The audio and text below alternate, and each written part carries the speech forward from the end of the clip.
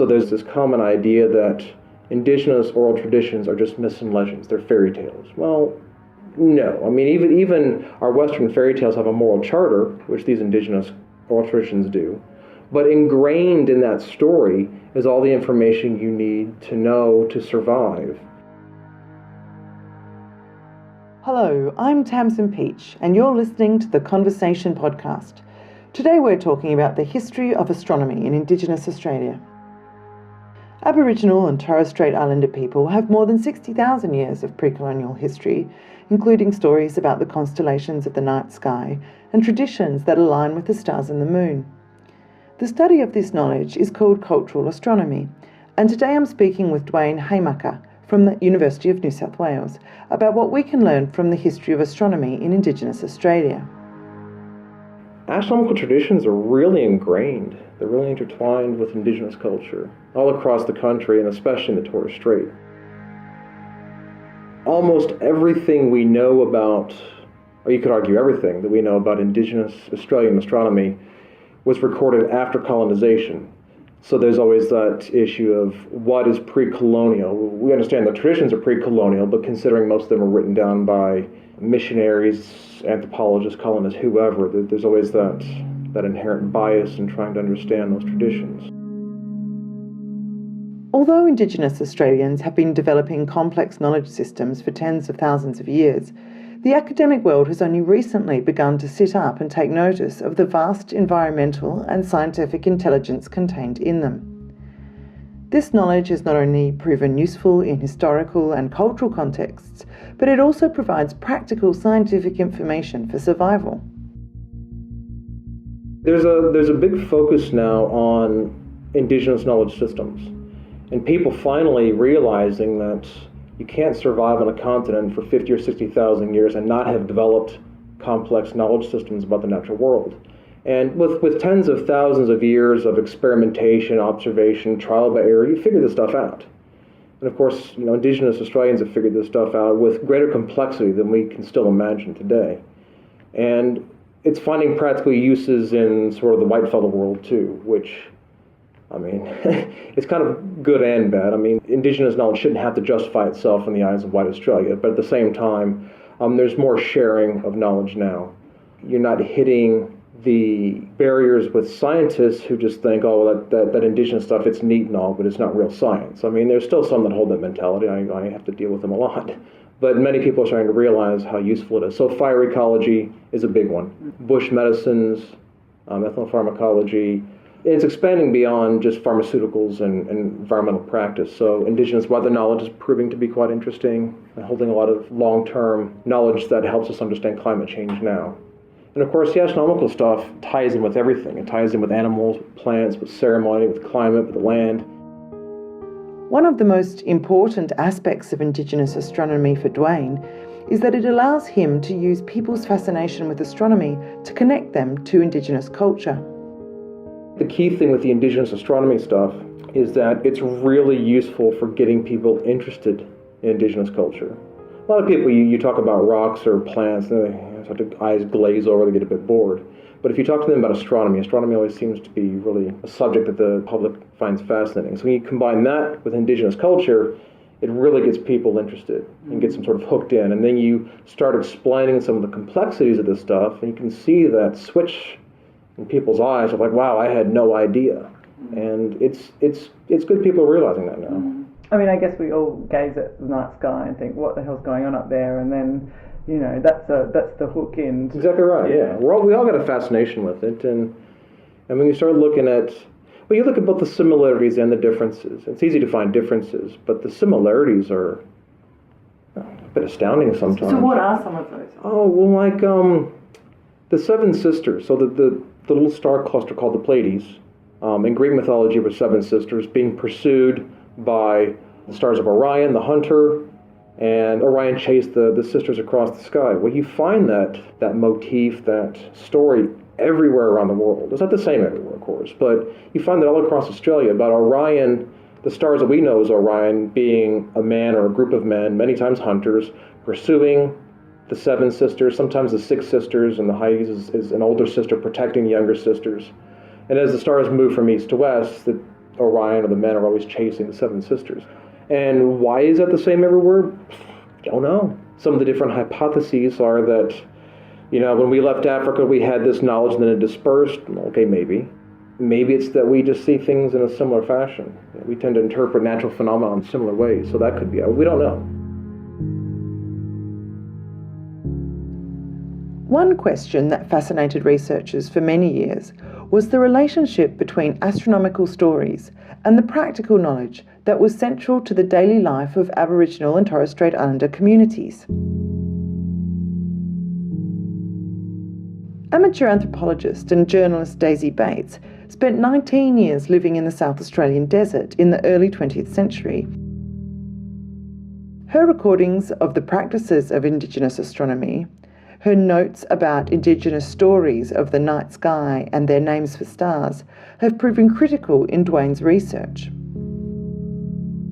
One story she wrote down about Orion and the Pleiades, and there's all kinds of astronomy stuff involved in it. I won't go through the story itself, but the interesting thing was towards the end she mentions a bunch of other stars by name and mentions that this star was that animal, this star was the red cockatoo, that star was the kangaroo, this star was the little thorny devil dragon, but didn't say anything else about them.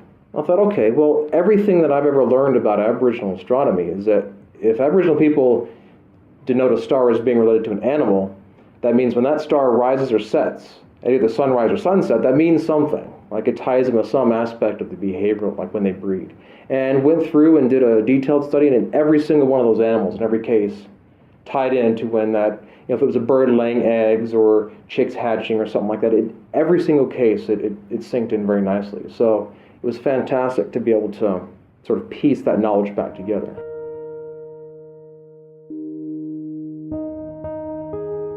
Dwayne says that this synchronicity between Aboriginal stories about stars and animal behaviour allowed some Indigenous cultures to mark the coming and going of seasons. Down here in the Sydney coast region, the blooming of the wattle signified the start of winter, which coincided with the rising of the Pleiades just before sunrise, and that also timed in with the orca migrations. So the orcas would migrate north, and the Aboriginal people had this symbiotic relationship with the orcas, where the orcas would help drive food into shore, and then they would give the off products to the orca. In the central desert, the Pleiades rising just before sunrise also was the start of winter, which is why the Seven Sisters were often referred to as ice maidens. You used to get the frost about that time. But it also signified the start of the dingo breeding season. One of the neat personal experiences I've had with this was when I went up to the Torres Straits about 6 months ago. So the director of our center, Professor Martin Nakata, he's an islander, grew up on the islands, and he and I were going up to visit Murray Island. And we stayed on Thursday Island overnight, and we were sitting outside, and I noticed that the constellation Bidum, the shark, which is the stars of the Big Dipper, I noticed that it was tilted down, so as soon as it got dark, you could see the nose of the shark touching the horizon, touching the water. And I remember commenting to Professor Nakata that I'd read that means the shark breeding season has started, and you wanted to stay out of the water. He says, wait till tomorrow. So we flew up to Murray Island, dropped our bags off at the guest house, and walked down to the beach. And I got video, it's hard to describe. In ankle-deep water, there were sharks everywhere, just going crazy, just back and forth. And I'm not talking like, 2 meters of water. I'm talking like 6 inches of water. They were just going crazy. And he looks at me and smiles, and I'm like, wow, this is pretty amazing stuff, It was while researching the astronomy of the Torres Strait region in northern Queensland that Dwayne came across one of the most fascinating and unique uses of stars to predict the weather. Their entire culture is based on astronomy and the story of Tagai, which is a constellation that takes up about half the sky. But one of the neat things I found out reading some of the journals from the 1800s, and I found this somewhere else in Melanesia, I think it was Vanuatu, that the islanders would look at the degree of scintillation of the star, so how much it twinkled, to determine how much moisture was in the atmosphere, to determine what the weather was going to be like, to predict weather and to predict seasonal change. So I've never really heard of that before. And so just looking at the stars and seeing how much they twinkle to determine that change. And they distinguished planets from stars because planets didn't twinkle. So that was That was pretty cool. I was like, that's awesome. Perhaps the most obvious use for astronomy was in navigation. But for many years, European settlers believed that Indigenous Australians did not use stars to guide them around the vast Australian landscape or its waters. There was this really interesting myth going around, and this is not myth in the oral tradition sense, but myth in the not true sense, that Aboriginal people didn't navigate by the stars. And there were some early colonists and missionaries who said that, Aboriginal people, they don't navigate by the stars, they don't go out at night. And okay, maybe that was true with some areas, but we do find evidence that Aboriginal people navigated at night. The Warman people use Scorpius in the sky as sort of a clock, and near the Milky Way, depending on its orientation in the sky, they can tell what time it is. And of course, we know the Torres Strait Islanders certainly use navigation. That was the whole center point of their culture, being a seafaring people. And some new research that has come out showed that the Gamilaroi and Yawalji people of north-central New South Wales actually had star maps. Not in the traditional sense. What they were sort of like waypoints. So the constellations in the sky roughly correlated to features on the land, and by memorizing the orientation, the positions of the stars in the sky, they could memorize the features on the land and travel, into mid-Queensland, for example. They didn't follow a star to go a certain direction, but that they used the star maps as a mnemonic, a way of remembering how to get from point A to point B. So it's a different way of thinking about navigation.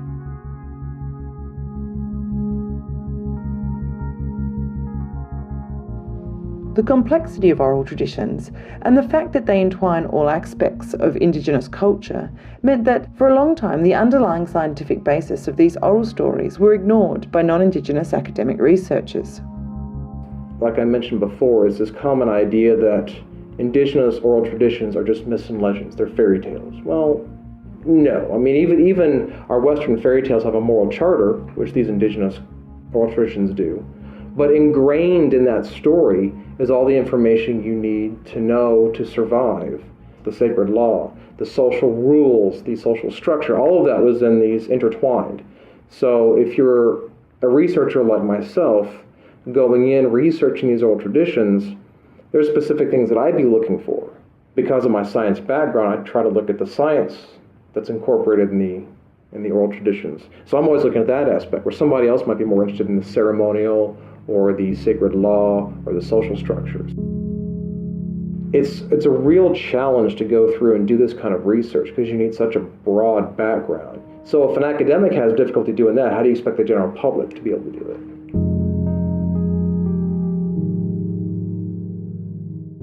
And Duane says that Indigenous astronomical traditions that link back to a way of life 10,000s of years old are still evolving today. They can inform modern Western science in ways that we are yet to imagine. So when it comes to the astronomy stuff, that's a good one, because it might seem that it's fairly intangible. With fire ecology, it's easy to see the application. With bush medicine or bush foods, easy to see the application. With astronomy, it seems a bit more abstract. But when we look at the astronomy, we learn things about animal behavior. We learn things about hunting, gathering, fishing, and agriculture. We learn about long-term seasons that maybe modern non-Indigenous Australia doesn't recognize, but a lot of the Indigenous cultures had short seasons and they had long-term seasons through long-term climatic change. So the La Nina would be an example. There are Aboriginal traditions that describe that. So because astronomy sort of links with every other facet of Indigenous culture, we don't know all the ways in which it'll help. We're bound to find more and more. So some of them, like, when an eclipse occurs or a comet occurs or maybe even a supernova, those oral traditions might be able to be supplemented with the modern astrophysical data to help pinpoint a time or a place or when it was visible. A lot of that stuff's still up in the air at the moment. Will science learn something from Indigenous knowledge? I'm positive that it will. But what exactly, that is being found out as we speak.